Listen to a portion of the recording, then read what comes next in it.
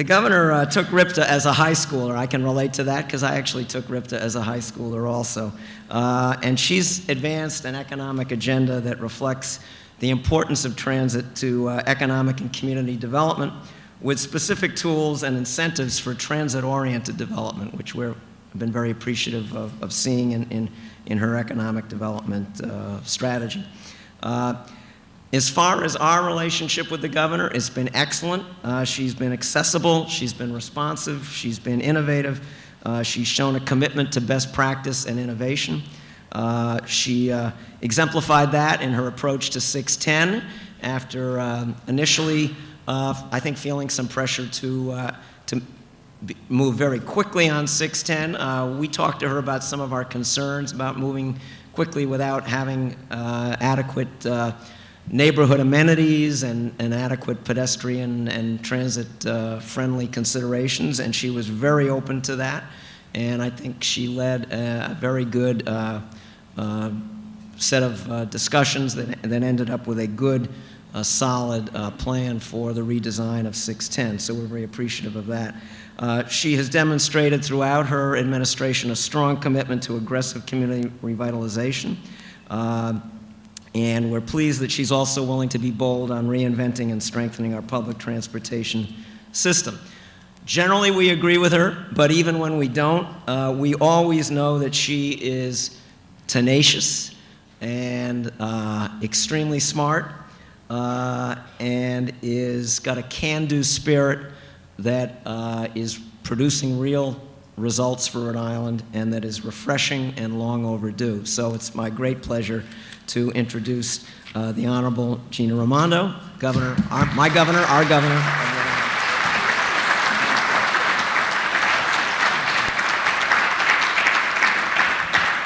Good morning, everyone. Happy St. Patrick's Day. I actually just came from the Wild Colonial. It's already been a long day for me. Just to do a radio program, not to drink. Anyway, thank you, Scott. That was incredibly kind, and I appreciate that. And so many people here who care so much about Providence and about Rhode Island. I want to thank you guys for all that you do. You know, when we talk about improving Rhode Island's business climate, and I talk about it a lot, often the discussion immediately goes to lowering taxes. And that's important. That is important, but it's not the whole picture. Businesses want to be, and people want to live in places that have a high quality of life, high quality of place, and good infrastructure. And so I have tried, as your governor, to invest in infrastructure, and invest in planning, and invest in transit. And you, many of you in here, as I look around, have been incredible partners to me in working through those issues. I think when I came here last year, we had not yet passed roadworks, or we were just about to pass it. So in the last year, we were able to pass the state's first ever multi-billion-dollar infrastructure plan with a sustainable revenue stream. And now you see all over the state visible signs of our rebuilding. I think at this point in time, right now, we're rebuilding 124 bridges around Rhode Island. That's a great thing. And by the way, we've already put 800 people to work doing it. And we're going to continue to do that. Scott mentioned 610. I'm so pleased the way that worked out. And big thank you to a lot of you in this room. I see the mayor's staff. You know, Mayor Lorza was a great partner to me. Buff was a great partner. Growth Smart was a great partner. A lot of you guys came together. We had a plan. I did have a sense of urgency. I still have a sense of urgency. Every time I drive under that overpass, I get scared. But we came together. We sat down at the table, and we said, let's make this even better. And we did that. You know, we did that together with bike paths, with more open space, you know, the right way. So I want to thank you for engagement in that, and thank you for staying at the table. Not just Providence, you know, new transit hub in Pawtucket, moving ramps in Newport to make space for innovation economy, bike paths, You know, I was a big supporter of the green bond, many new bike paths.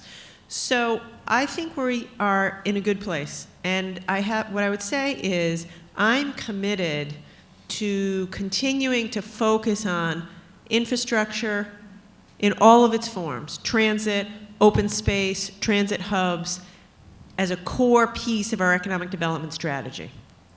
Because, again, it puts people to work when you do it, but even much more important than that is it just sets the table for economic growth.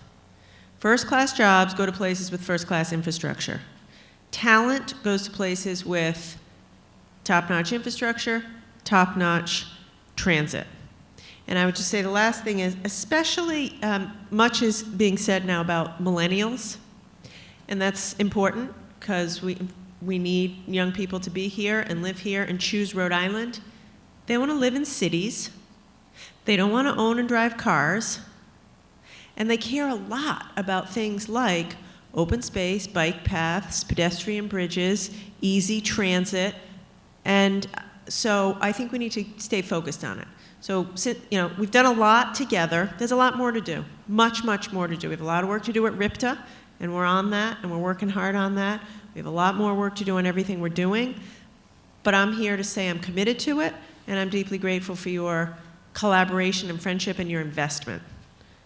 You know, everyone comes to these discussions with their own point of view, and that's okay. Actually, that's a good thing. But let's just continue to stay at the table together to collaborate to solve problems.